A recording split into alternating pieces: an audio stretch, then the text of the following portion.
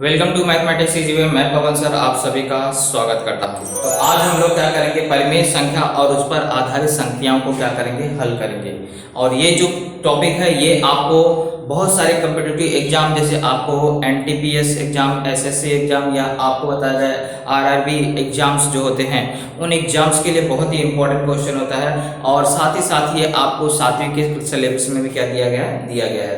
तो आज हम लोग इसी टॉपिक, इंपॉर्टेंट टॉपिक्स पे क्या करेंगे, अध्ययन करेंगे। तो आगे बढ़ने से पहले मैं यही कहूँगा, अगर आप इस चैनल पर नए हैं और आपने इस चैनल को नहीं जो सब्सक्राइब किया तो सब्सक्राइब कर लीजिए, क्योंकि आपको मैथ्स से रिलेटेड कोई भी मैथ्स का रिलेटेड टॉपिक आपको क्या होगा, इसी चैनल पे जरूर मिलेगा। ओके, तो सब्सक्राइब करके रखिए और अगर वीडियो अच्छा लग रहा हो तो लाइक करके रखिए। ओके, चलिए स्टार्ट करते हैं।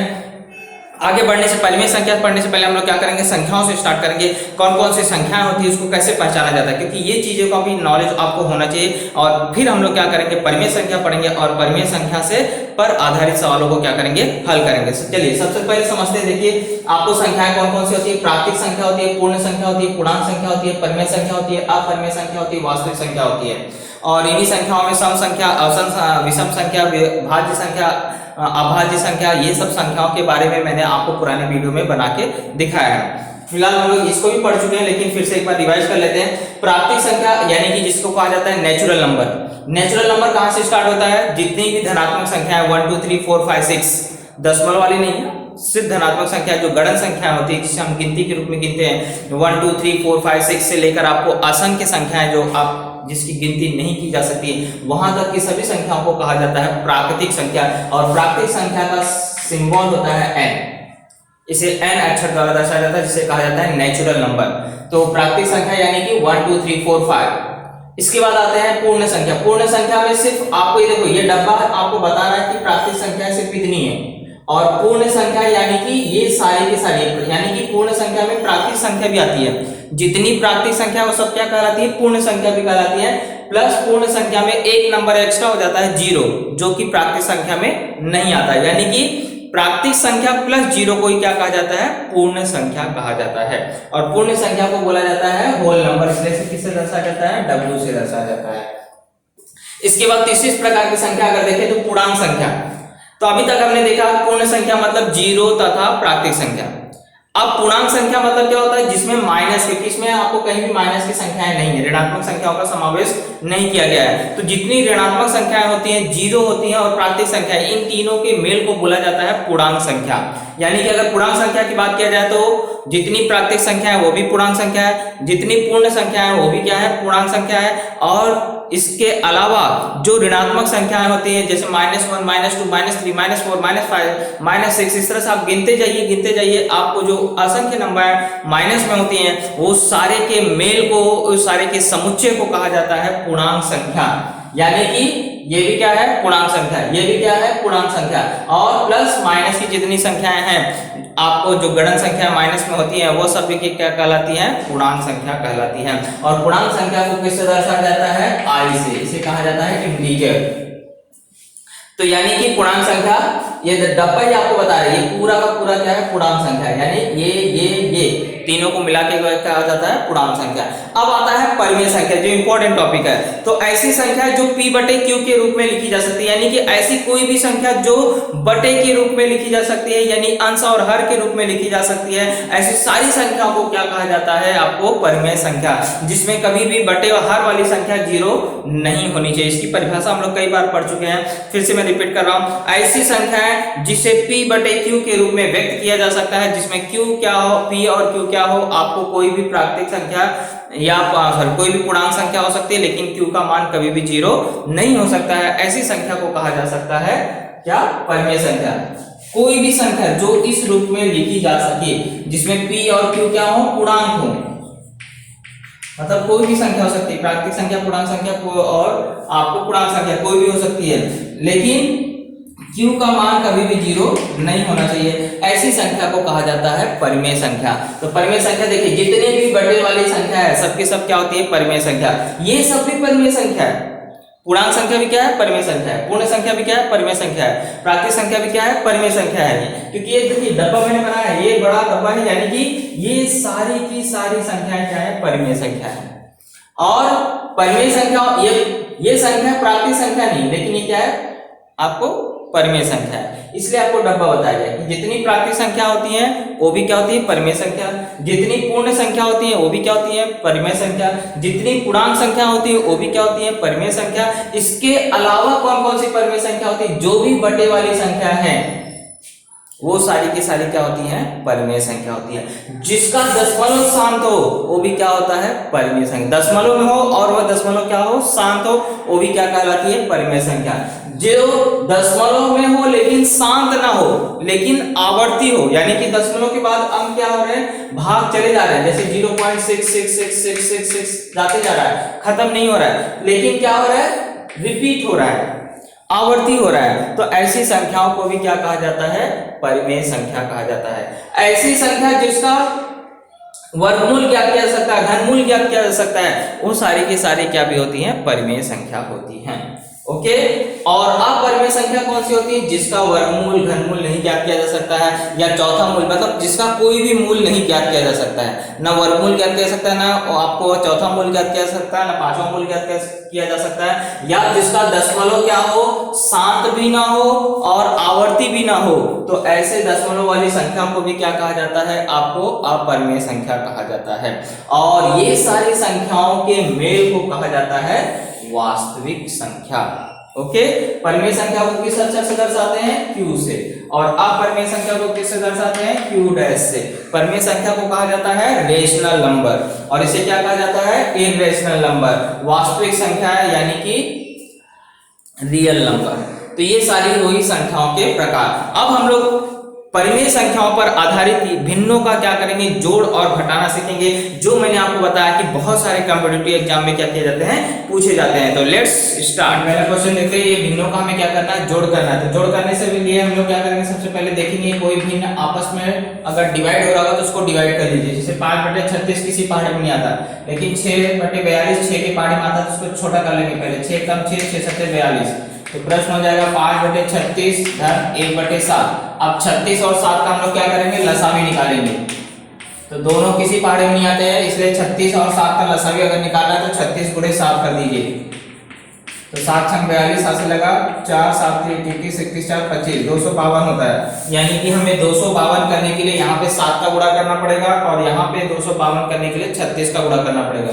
तो यानी कि लसावी लेने के बाद आप जानते हैं 252 आ गया, तो 36 में कितने का गुणा किया जाएगा 7 का, जिससे 252 हो जाएगा। तो 5 में भी कितने का गुणा करेंगे 7 का। जो नीचे संख्या गुणा करेंगे वही हम लोग क्या करेंगे ऊपर भी गुणा करेंगे।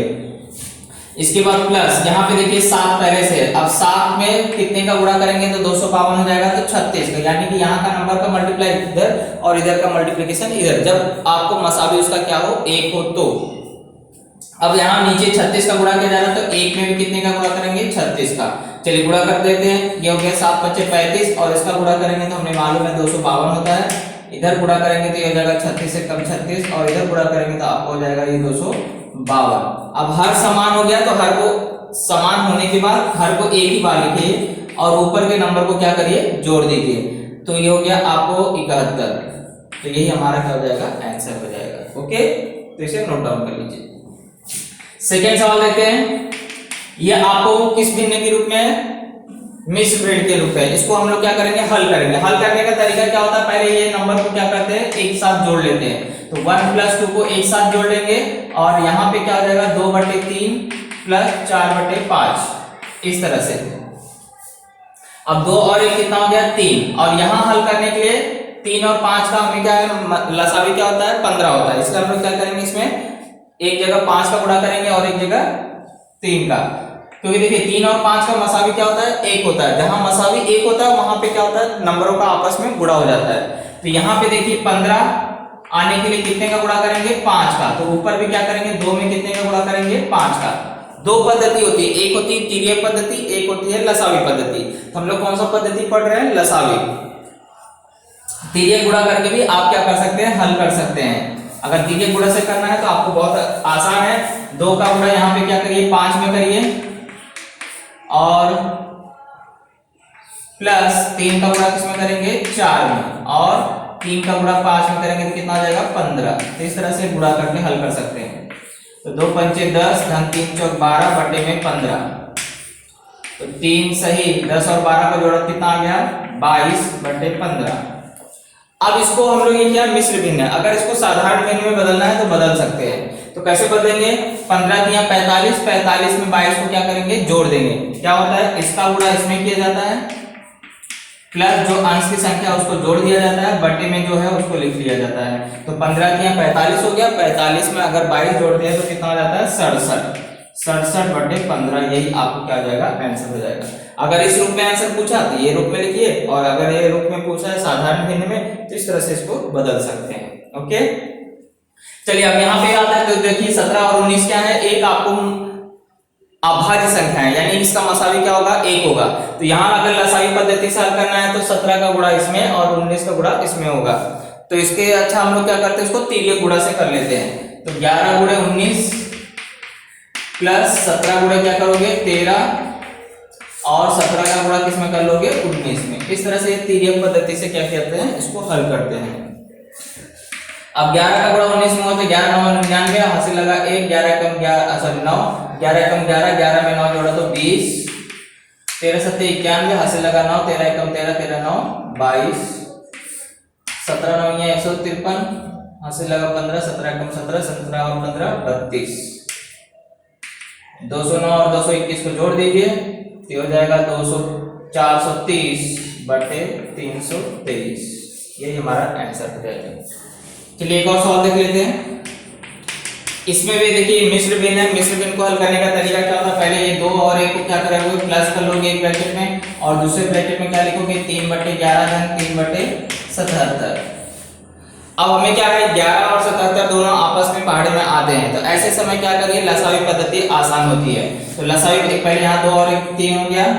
अब लसावी में क्या बताया मैंने 11 और 77 का लसावी कैसे निकालेंगे, 11 लिख लीजिए 77 लिख लीजिए, दोनों किस पाड़े में आते हैं 11 के, तो 11 एकम 11, 11 सते 77, फिर 7 एकम 7, 7 एकम 7। अब इन दोनों का गुणा कर लीजिए, 11 गुणे 7 करेंगे कितना आता है 77, यानी कि दोनों 77, इन दोनों का लसावी क्या है 77।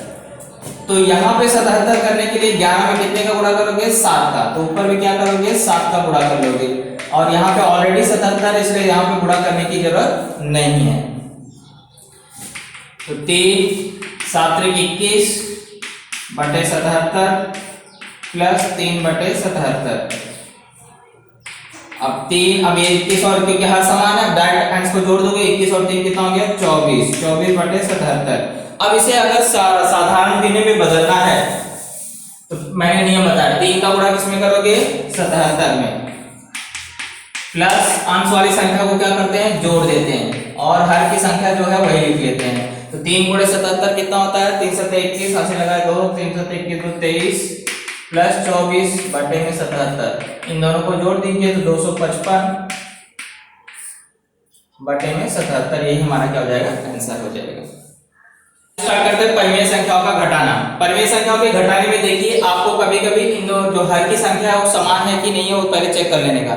अगर समान नहीं रहता है तो हम लोग क्या करते हैं दो पद्धति से हल करते हैं, या तो लसावी लेते हैं या तो तिर्यक गुणा करते हैं। तो हमें कब लसावी लेना चाहिए कब तिर्यक गुणा करना चाहिए, तो आप देख लीजिए हर की संख्या अगर किसी की पाढ़े में आती है, दोनों अगर अभाज्य संख्याएं हैं या दोनों का अगर मसावी एक है तो ऐसे समय तिर्यक गुणा करिए। और अगर आपको किसी पहाड़े में दोनों आ रहे हैं यानी कि उनका मसावी एक के अलावा कुछ और संख्या आ रही है तो ऐसे समय हमेशा लसावी पद्धति से हल करें, तो आपको आसानी से क्या होता है हल करते हैं होने में होगा। तो 11 और 7 का मसावी 1 होता है, इसलिए यहाँ पे हम लोग को तिर्यक गुणा करना चाहिए। ओके तो चलिए स्टार्ट करते हैं तिर्यक गुणा। तो 7 का गुणा किसमें होगा 7 में, आगे कौन सा चिन्ह है माइनस, 11 का गुणा किसमें होगा 3 में, बटे में 11 का गुणा 7 में, यानी कि हर की संख्या का गुणा हर के साथ होता है। चलिए 49 माइनस 33 बटे में 77। अब 49 में से 33 घटा देंगे तो 9 में से 3 गया 6 और 4 में से 3 गया 2 सॉरी 1, और इसके बाद यहाँ पे 77। अब ये दोनों किसी पाढ़े में नहीं आते, यही हमारा क्या हो जाएगा आंसर आ जाएगा। अब यहाँ पे देखिए क्या होगा, मैंने आपको बताया अगर भिन्न किसी पहाड़ी में आते तो पहले भाग देके इसको छोटा कर लीजिए। तो 13/36 नहीं करता लेकिन 2/40 करता है, तो काटेंगे क्या हो जाएगा ये 13/36 ऐसे लिखेंगे, 2 एकम 2 और इसको भाग दे कितना आ गया 20। अब आप देखिए 36 और 40 दोनों किसी पहाड़े में आते हैं, यानी कि यहाँ पे मसावी 1 के अलावा दूसरा नंबर है, तो यहाँ पे ऐसे समय तिर्यक गुणा मत करिए, ऐसे समय क्या करिए, लसावी लीजिए। लसावी कैसे लेंगे, 36 और 26 का निकालेंगे। 36 और 20 किस पाड़े में आते हैं, तो 4 के पाड़े में, 4 9 36, 4 पंचे 20, है ना। अब आपको किसी भी पहाड़े में भाग ले जा रहे हैं, यानी इन तीनों का गुणा कर दीजिए तो लसावी आ जाएगा। तो 4 9 36, 36 पंचे 180, यानी कि इनका लसावी कितना हो गया, 180। तो 180 बनाने के लिए यहाँ पे मुझे 36 में 5 का गुणा करना है, और यहाँ पे इसलिए 5 का गुणा किया जाएगा। यहाँ पे 20 के पहाड़े में 180 कितनी बार में आता है, 9 बार में। तो ऊपर भी क्या करेंगे, 1 गुणे 9 कर देंगे। अब 13 पंचे कितना होता है, 65 बटे 36 बटे पंचे 180, यहाँ 9 बटे 180। हर समान हो गया। हर समान होने के बाद हर की संख्या को लिख लीजिए, और 65 में से 9 को क्या करिए, घटा दीजिए।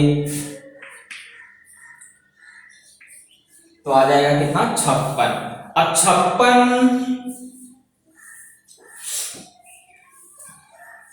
56 आपको 2 के पहाड़े में आता है, जब ये कट रहे हैं इसलिए हमें इसको काटना चाहिए। काटेंगे तो कितना आ जाएगा आपको, ये देखिए दोनों किस पहाड़े से कट रहे हैं, 2 के पहाड़े से इसको काटा तो 28, और 2 के पहाड़े से इसको काटा तो ये 90 हो गया, है ना।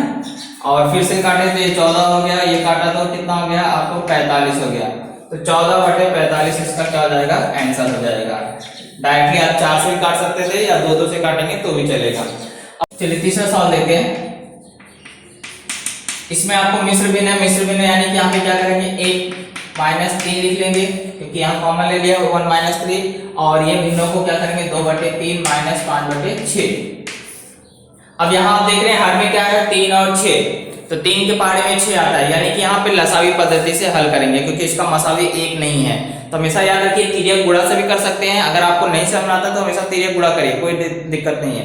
और अगर आपको लसावी निकालने आता तो लसावी पद्धति से करिए। चलिए यहाँ पे हम लोग क्या करते हैं, इसको तिर्यक गुणा पद्धति से कर लेते हैं। तो -2 हो जाएगा ये, और यहाँ पे 6 दूनी 12, -3 बचे 15, और बटे 6 3 18। कैसे गुणा किया, इसका गुणा इसमें होता है, इसका गुणा इसमें होता है, बीच में माइनस, बाद में हर की संख्या का गुणा हर में। तो ये -2, और यहाँ पे घटेगा तो कितना आ जाएगा, -3 बटे 18। दोनों पहाड़े में आ रहे हैं, किस पहाड़े में आ रहे हैं, 3 के। तो 3 एकम 3, 3 छक 18, -2 -1 बटे 6, है ना। अब इसको हल कैसे करेंगे, तो मैंने आपको बताया इसका गुणा इसमें किया जाता है, यानी -2 गुणे 6 हो जाएगा, प्लस हर की संख्या को, अंश की संख्या को क्या किया जाता है, जोड़ दिया जाता है, बटे में हर की संख्या।